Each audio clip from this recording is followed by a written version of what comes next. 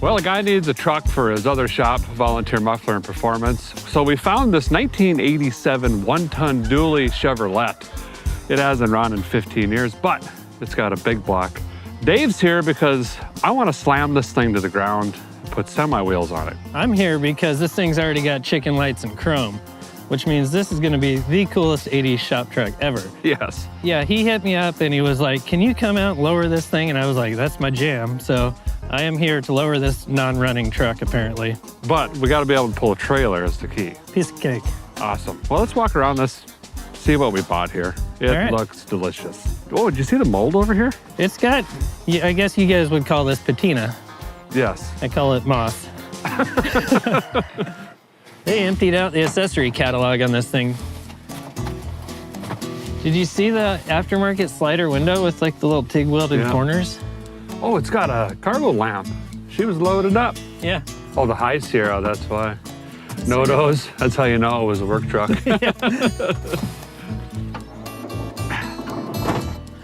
Yes, big blockage. And there is why everybody that was going to buy this truck opened the hood and then slowly closed it and walked away. Terminator broccoli injection is terrible, mechanical. Did you call it Terminator broccoli? Yes, I believe that's what it stands for. They should write a book on how to understand Derek. GM did crossfire fuel injection for a couple years on the Corvette. That was garbage. It's terrible. Then they did this from 87 to 95. It took them that long to realize this was also Garbage. terrible. This is terrible. Look at all the zip ties and there's wire and Walmart fittings and. Check this out. It's got house plumbing on the power steering. Well, you want them gas line pipes on the power steering. At least this is back when GM didn't use side posts. Yeah. That's a good start. Oh, I just heard a little sparkle. You want me to get in and see if the keys are right? Yeah, new clamp installed. Gotta get the heater going. I heard a click. Yeah. Hey, it's turning. Are you kidding? All right. Ain't got no fuel. It seems to have the compression though. Watch that light for me, see if it blinks. Yep. Derek's jumping right into this stuff. Keep it down over there. So since we've got spark and it's got compression, it seems like, we're moving on to fuel. So I've got to test this fuel pump. It's an in-tank digital fuel pump. So if that pump doesn't work, we got to figure out a different plan right away to even try to make this work, or just go to plan F, rip all this garbage off and put a carburetor on it. Yeah. This is our Terminator broccoli injectors. We've got two of them, and it's just a little solenoid in there that basically when it's hit with power, will squirt fuel in here, and then it does science and mixes and fire. To test that, I'm just gonna take a 9-volt battery, and we're just gonna apply power this way, and we should hear that solenoid click if it's working. I'm doing this because if these aren't working anyway, we're wasting our time with all the fuel pump chasing and all of that, because we could just plop a carb on here and get on the road. And now, sure enough, They're clicking. they're clicking. So that means they will fire fuel. So we've got to figure out how to get a high pressure pump in the system, or cut it in, or make it happen, or replace fuel. I don't know, there's options. It turns out the real reason Derek had me come out here is just to do the heavy lifting or the sketchy stuff like cutting the fuel lines on a truck with a grinder, hoping not to die. Is this the first time you've done that? Yes, this is the first time I've done it. This is stupid. Cutting.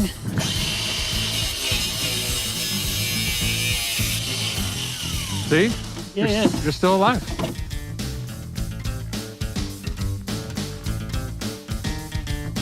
Okay, ready? All right, we got fuel. Pressurizer. Yep. What you want to do is get all the acorns and the leaves all soaked in fuel Yes, so that when you get a backfire, you can cook a hot dog. exactly. All right. He's gonna try to fire it up right now, see what happens. Cranking. It's doing the thing.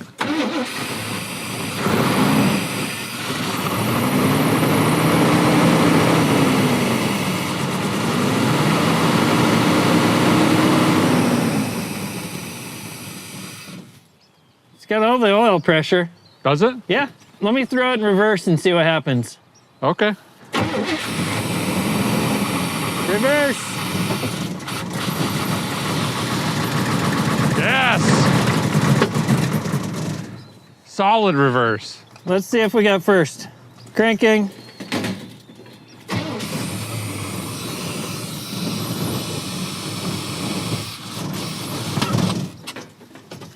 It goes forward. Hey, we got a work truck. Yeah.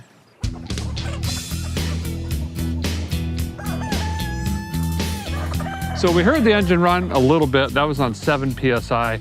It didn't have enough fuel pressure when we were giving it more throttle. We heard it lean popping and everything like that. At least that's what I'm confident in saying. So we're gonna go ahead and cut this tank open with a grinder. Try to drop this in there. This is what's supposed to go in the original tank, but we're definitely not gonna drop that. Oh yeah.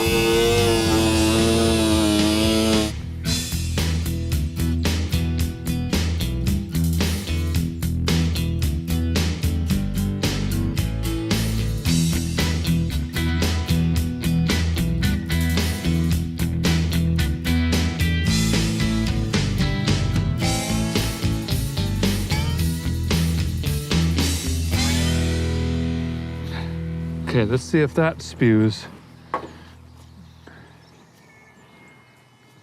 It's definitely returning. Yeah. Fire it up. Okay. It's gonna run like a top, huh? Oh, it runs way better. Swiss watch.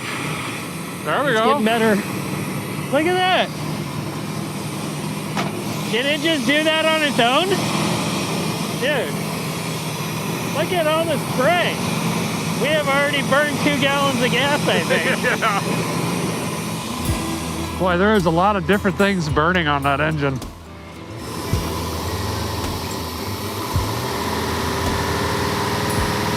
Seems to hold RPM good, it just doesn't want to idle. Yeah. It's sounding pretty clanky now. I know. It got kind of knocky. We got no oil pressure. Where'd it go? Fun with oil. Joining oil bay 1, check. Oh, there it goes. We're moving back to firing it up. We're hoping to see the oil pressure come back up again so we can run it long enough to let the head gaskets and all the other gaskets do their thing and further check the rig out, so. No oil pressure. What's that? No oil pressure again. Really? Didn't you hear that? It's back to 0. How does it have intermittent oil pressure? It's gotta be a bad gauge. We found a tire store in town that has some 16s on the shelf. So we're gonna take four wheels down there and get them swapped out. So we're busting these off real quick. We've got like some secret wheels and tires that are coming to Derek's house if all goes well. All right. So we don't really need to waste money on 6 now, do we? Don't get under there, chicken. There's no jack stand under the back. No, don't go under there. There's a chicken under the truck.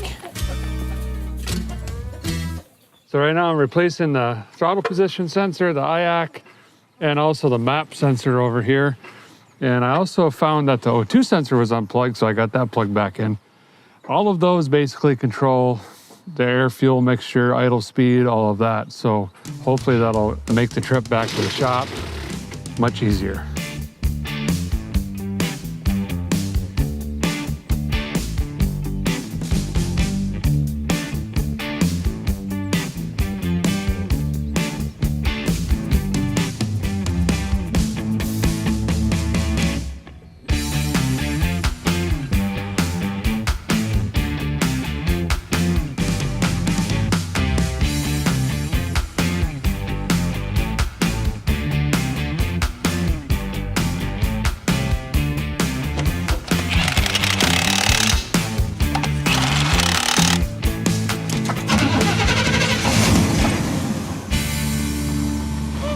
Well, the 87 dually out here in Kentucky is alive once again. We actually moved it like 15 feet. Yeah, I don't know if this thing's been sitting for 15 years or more, but this thing is going to be the pride of the fleet if you get it home. We kind of just piddled around today. We didn't do any big work, but it was all necessary stuff. Some sensors. Our homemade fuel tank is working excellent. Yeah, that thing's cool. We've decided to take the back road because we have not even looked at spark plugs or any of the ignition or wheel bearings or U-joints or rear end or so. Lots can happen. We still have over 200 some miles back to my place. Yep. Second gear. Second gear. Come on, third. Did it hit third? Ever in third? Got some acorns in the tires.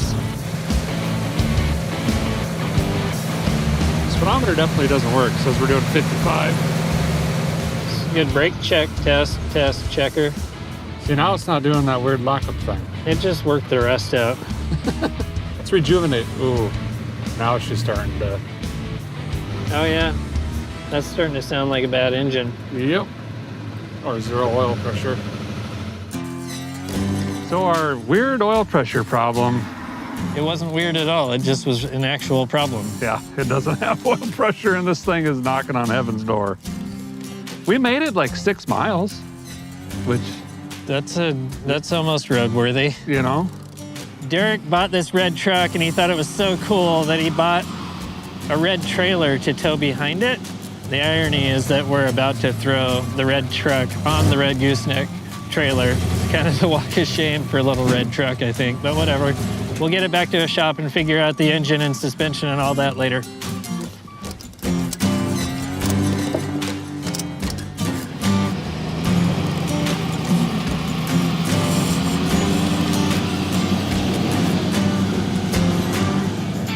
well, yesterday we were in Kentucky. Today we're in Tennessee at Vice Grip Garage. We finally made it home with the dually, which means the real work starts now. Yep, this thing made it home on the trailer it was supposed to be towing, but whatever. It should be good. Derek is now going to be building an engine. We have a couple options there, and I am going to be working on the rear suspension, trying to get this thing to lay down on the ground. All in all, this thing should end up being really cool. It's just going to be a ton of work. Yeah, we got like a couple days to do it. Yeah. First up is we got to get this bed off so Dave can start doing his thing, and then I'm going to get the hood off and start doing my thing. Perfect. So I've got to get this 454 out and initially just assess the damage. Hopefully we can rebuild it. The plan is just to do a really cheap, dirty rebuild on this thing. But that means a lot of this stuff is just going to go away, and it's going to be a nightmare digging through that, but it has to be done. Right now I'm getting all the accessories off up here, have it ready to pull on top. Then I got to get underneath, drain the engine, drain the transmission, get the cross member off, take the drive shaft off, and then have Dave helped me, and we're going to pluck this out with a forklift. But we're not going to put the TBI back on. I'd actually like to put a better flowing intake on and then a Holley Sniper. So it's still going to be fuel injected, but this is bring her into the here and now.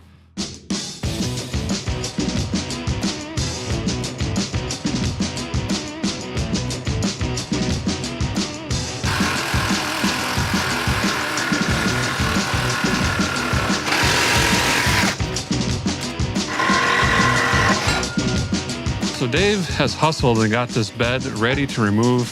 I think he even disconnected wiring. He didn't just cut it. So we're going to try to manhandle this bed off. We're going to use a couple guys from the production team here to help us, and then set it up on the front or ender side, and then you can cut it and dice it however you need to. This is good. I haven't got to cut up a perfectly good square body in years.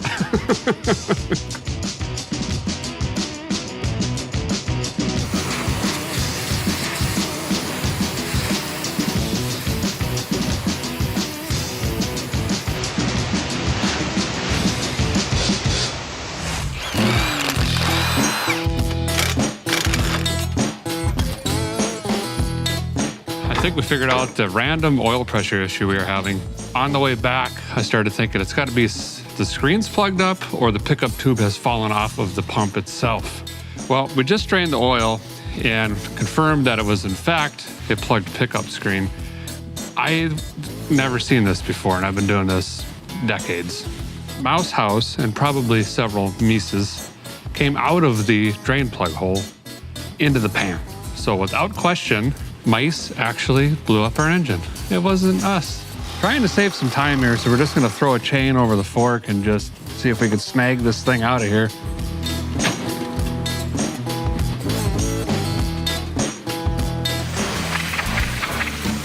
So what I'm gonna do here quick is go ahead and disconnect the torque converter from the flex plate, set it back down, separate the transmission from the engine, then get the engine onto an engine stand. Take off the intake, valve covers, and heads. See how bad this thing is. We also gotta pay close attention to the cylinders in this and see if we wallered them out. So I'm gonna lift this 124-pound intake off, and we're gonna see. I'm gonna spill my coffee. Oh, geez. Oh, dang. That's where they're at. It looks kind of like a dead raccoon in there. The crank's not wiped out, though. Oh, that's gross. Oh, you touched it. Oh, there's the seat padding and part of the carpet. You know, the good news is the push rods are polished. I mean, they're looking really good.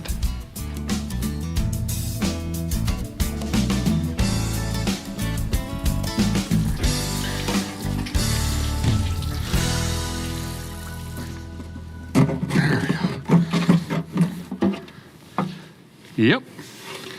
This right here is why the engine was starved for oil. It was completely plugged. We'll pull a main bearing really quick.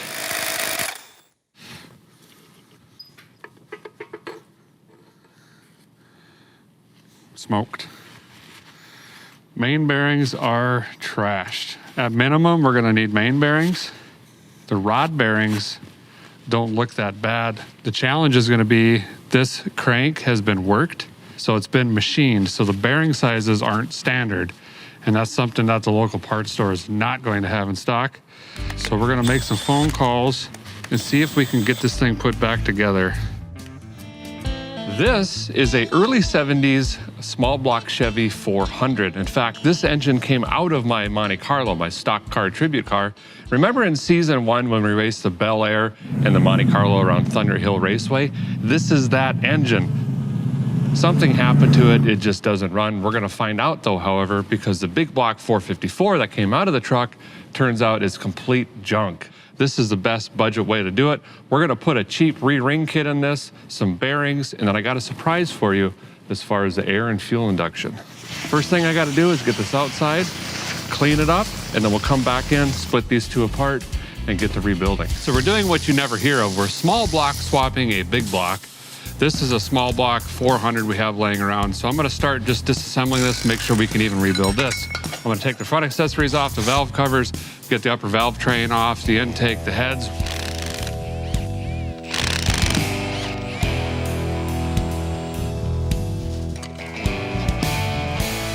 Roll this over, get the oil pan off, do a thorough inspection of the bottom end.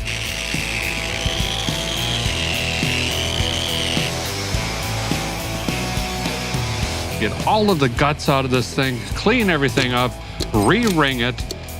We're gonna hone this thing, we're gonna put new main bearings and rod bearings, put it all back together and hope that it runs well.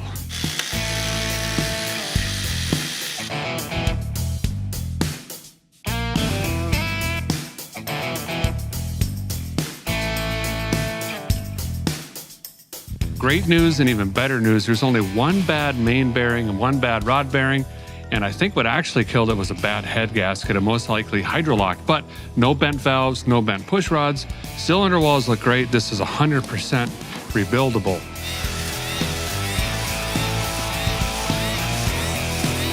So we're gonna go ahead and clean everything up. I'm gonna polish this crank at home here for about $5, re-ring this thing, put all new bearings in, tighten it back up. So hopefully we'll be making as much horsepower as we can out of this little thing. No, we're not gonna put a camshaft in it right now, but we'll get what we can out of it, and maybe slightly a little bit of fuel economy. Nope, that'll never happen.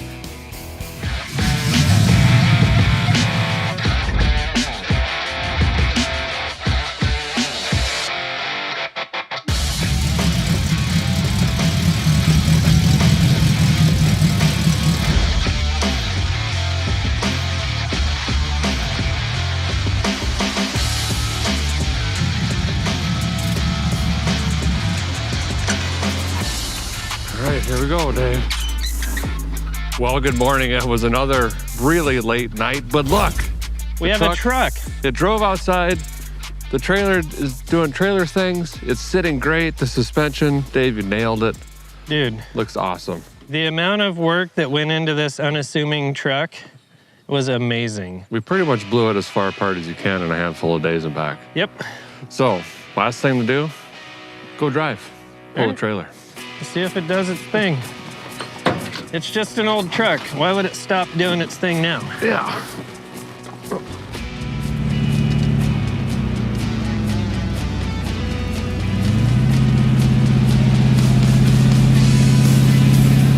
Good work, dude. This thing made it out of the shop. Likewise. Huge win. Man, that was a lot of work. How's engine temp? 80 pounds of oil pressure at 180 degrees. Charge it. Full tank of gas. We're set. Man, I think the guys at the muffler shop are gonna love hauling things back and forth all the time in this truck. I have a feeling the parts bill and the fuel bill is going to go up.